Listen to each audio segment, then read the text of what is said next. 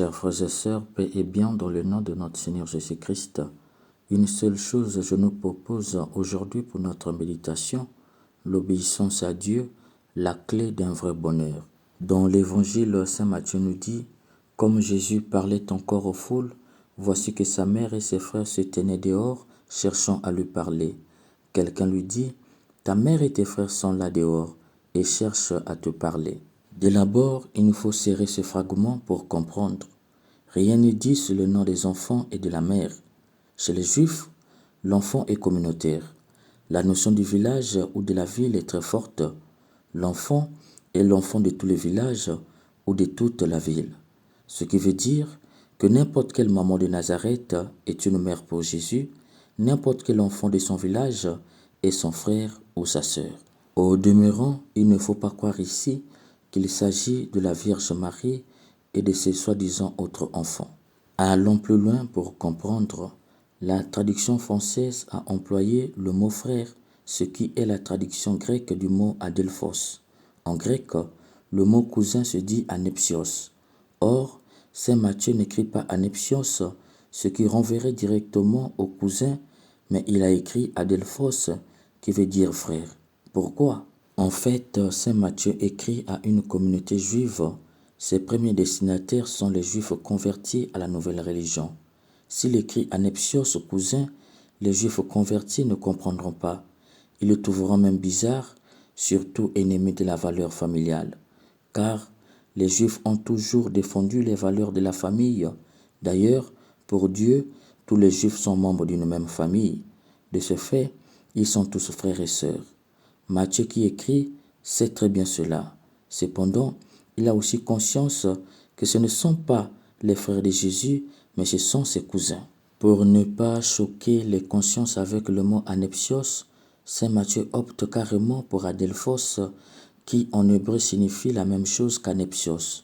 En hébreu, le mot a signifie en grec adelphos et anepsios, c'est-à-dire frères et cousins.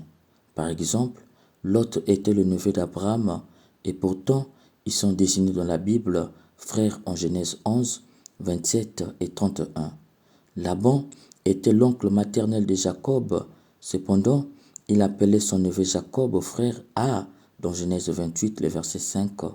Quand les enfants d'Aaron meurent, Moïse demande aux enfants de l'oncle d'Aaron d'emporter leur frère A, qui en réalité sont leurs neveux, dans Genèse 29, le verset 12 à 15. Dans 1 Chronique 23, les versets 21 à 22, les filles épousent leurs cousins, on emploie le mot A, frère. En hébreu comme en araméen, il n'y a pas de mot pour dire cousin, cousine, neveu, nièce, oncle, tantine. Il n'y a qu'un mot A qui veut dire frère, que Saint Matthieu a bien voulu respecter l'esprit en prenant en grec le mot adelphos qui veut dire frère, plutôt que anopsios qui veut dire cousin. Cela veut dire qu'il ne s'agit pas des frères du même sang, mais il s'agit des frères dans la communauté.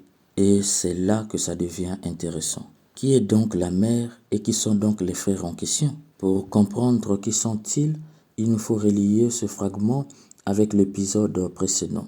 En effet, l'épisode qui vient avant ce fragment raconte la polémique entre Jésus et les représentants du judaïsme qui s'était soldée par un désaccord total, voire une sentence de la part de Jésus.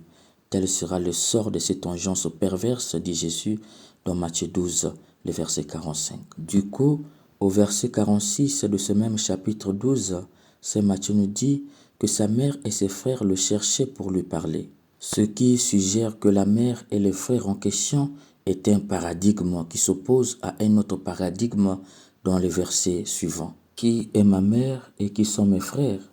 En désignant de la main ses disciples, il ajouta, voici ma mère et mes frères, car quiconque fait la volonté de mon Père qui est dans les cieux, celui-là est pour moi un frère, une sœur et une mère. Ici, Saint Matthieu met en opposition deux paradigmes. Le premier paradigme, c'est la mère et les frères. Le deuxième paradigme, c'est quiconque. Mère et frère s'opposent à quiconque.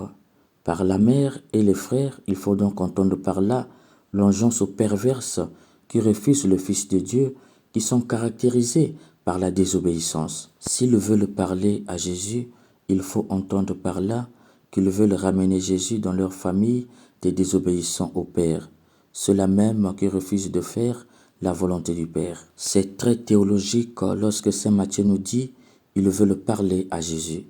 Il faut comprendre par là qu'ils veulent détourner Jésus de sa vocation. D'ailleurs, il venait de le tenter avec la phrase suivante: Maître, nous voulons voir un miracle.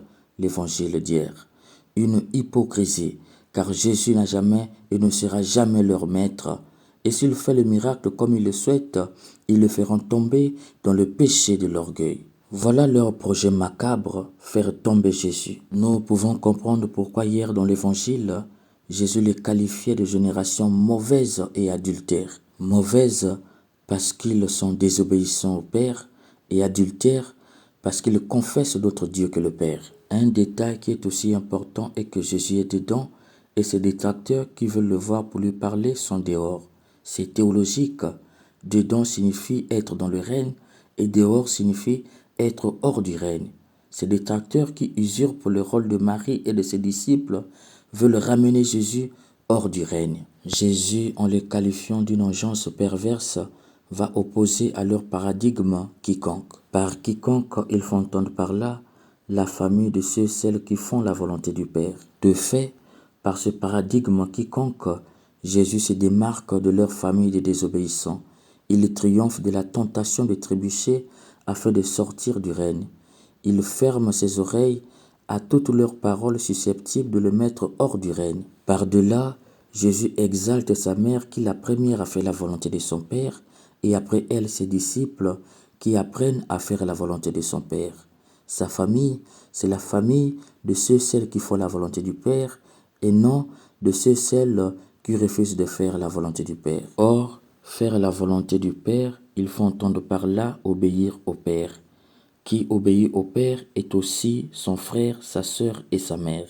Remarquons bien, Jésus dit, quiconque obéit peut être pour lui un frère et une sœur. Cela veut dire quoi? Cela veut dire que Jésus sera à son tour son frère, et les deux auront le même Père. Quiconque obéit peut être pour lui une mère, c'est-à-dire comme la Vierge Marie. Or sa mère est aussi l'enfant du Père. Du coup, elle aussi sera l'enfant du Père. En conclusion, le but de Jésus est donc de faire de tout le monde les enfants de son Père, et la condition sine qua non est l'obéissance. Ainsi donc, le vrai bonheur se cache dans l'obéissance à son Père. L'obéissance devient la clé d'un vrai bonheur, car par obéissance, on devient enfant du Père. Qui devient enfant du Père reçoit de lui l'identité, l'éducation et la protection, et par extension, le Père subviendra à tous ses besoins comme enfant. Il recevra le Père dans sa vie et goûtera le bonheur du ciel des ici-bas. Il sera transformé intérieurement. Ses pensées, ses attitudes et ses motivations seront transformées divinement, puisque Dieu précédera ses pensées, ses attitudes et ses motivations en étant pleinement enraciné en lui.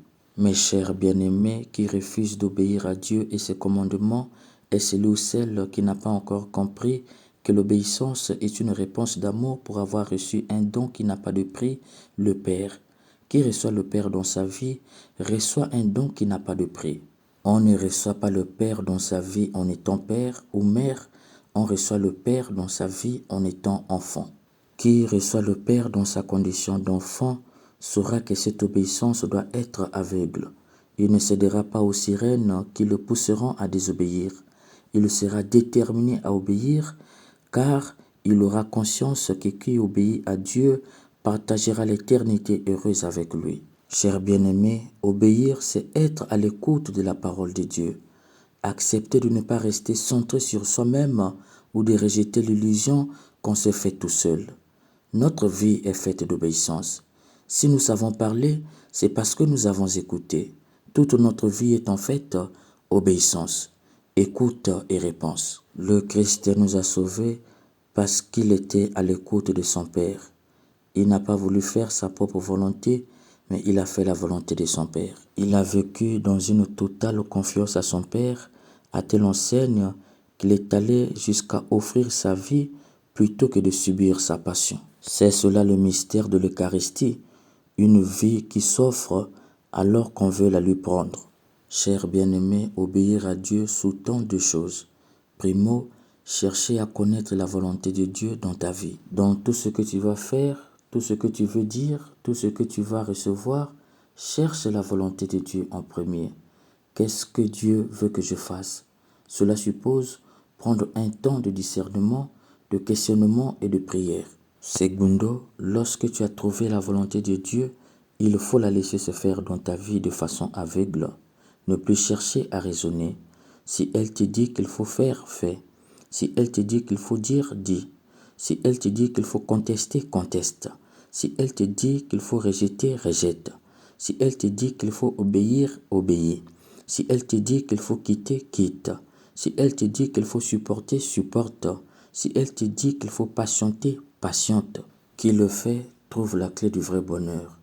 Que l'Esprit Saint nous fasse sortir dans la famille de la mère et de ses frères pour nous faire rentrer dans la famille de quiconque afin que nous goûtions dès ici-bas le bonheur éternel. Amen.